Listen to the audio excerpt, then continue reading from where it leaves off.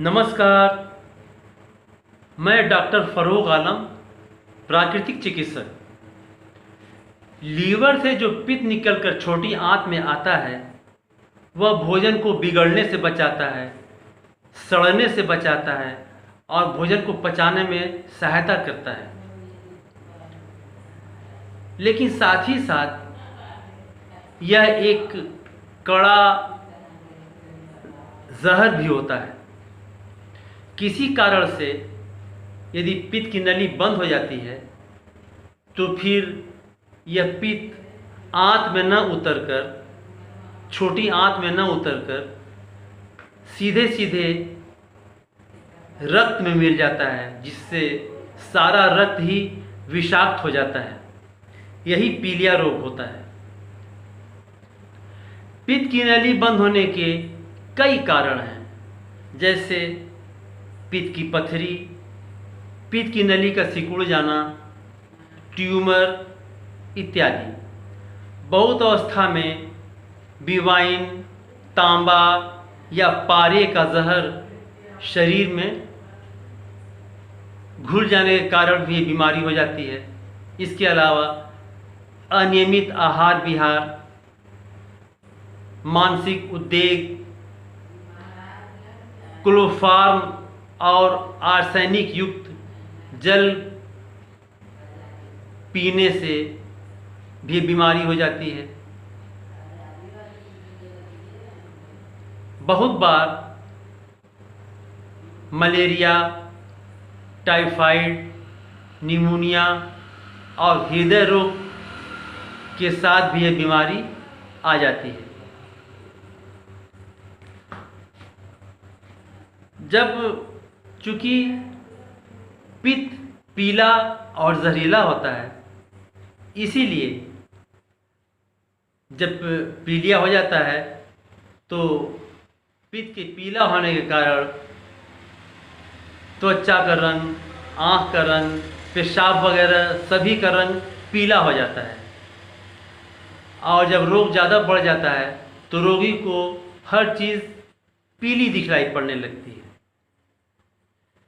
पित्त एक जहरीला पदार्थ होता है, इसीलिए जब ये रक्त में मिल जाता है तो सुस्ती, कमज़ोरी, भूख न लगना, उल्टी, मतली इत्यादि लक्षण प्रकट होने लगते हैं। साथ ही साथ भूख नहीं लगती, पेट साफ नहीं होता, कब्ज हो जाता है, कभी पतला दस्त होता है और कभी कभी कादो का कलर का स्टूल होने लगता है, जोर भी रहने लगता है। इसके अलावा नाड़ी की गति बहुत धीमी और भारी हो जाती है।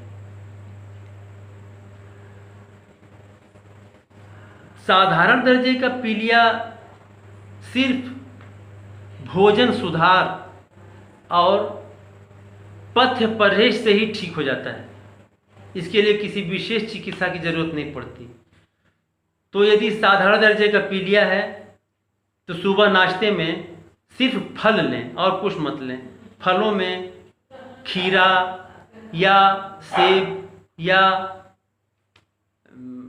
अनानास या संतरा, इसमें से कोई एक फल लें।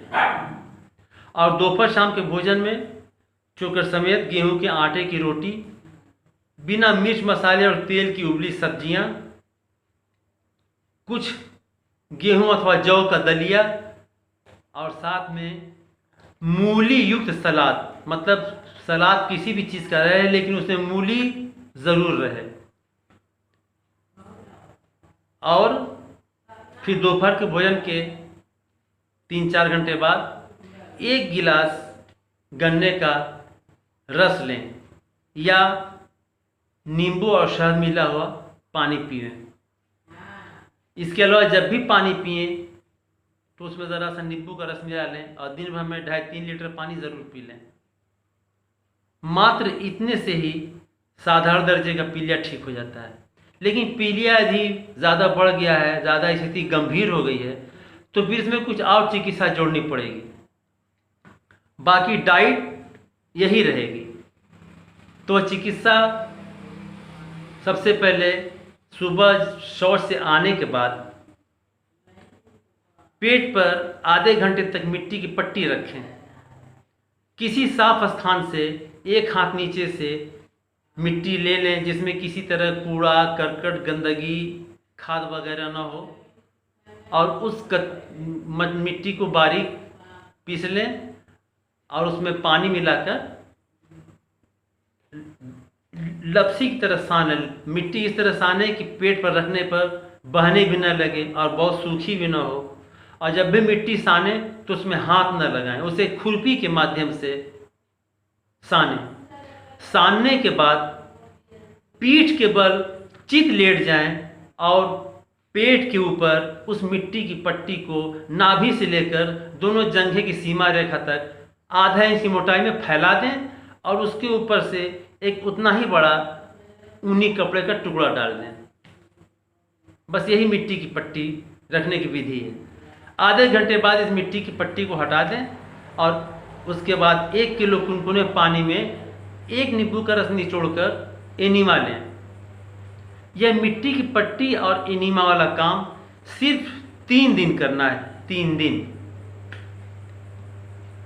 शौच से आने के बाद। उसके बाद मिट्टी की पट्टी रखें, फिर एनीमा लें और एनीमा के बाद, एनीमा के 15 मिनट बाद ठंडा घर्षण कटी स्नान यानी कि हिप बाथ लें।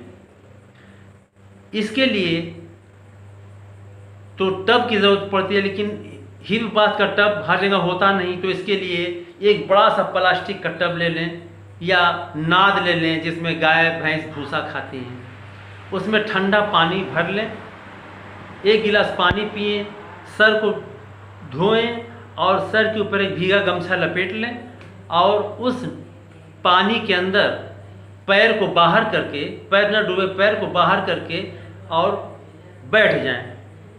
सिर्फ ऐसा बैठें कि सिर्फ नाभि के तक पानी पहुंचा रहे, बाकी पैर बाहर, पीठ ऊपर, सिर्फ पेट के ऊपर पानी रहे। इसे 5 से 10 और मिनट तक लें और जब कटी स्नान लें तो एक छोटे तौलिए से पेट को दाएं से बाएं, बाएं से दाएं, ऊपर से नीचे हल्का हल्का रगड़ते रहें।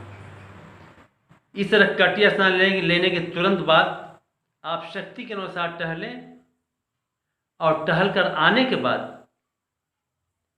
पवन मुक्तासन, भुजंगासन, शलभासन, धनुरासन, योग मुद्रा, सर्वांगासन, मत्स्यान, भस्त्रिका, कपालभाति और नाड़ी शोधन का अभ्यास करें। तो पीलिया में कभी कभी ज्वर भी रहता है, तो जब ज्वर रहे, बुखार रहे, तो फिर यह आसन, प्राणायाम और टहलने वाला काम न करें। सिर्फ मिट्टी की पट्टी, एनीमा लेने के बाद कटिया स्नान लें और कंबल ओढ़कर आधा घंटा लेट रहें ताकि शरीर गर्म हो जाए।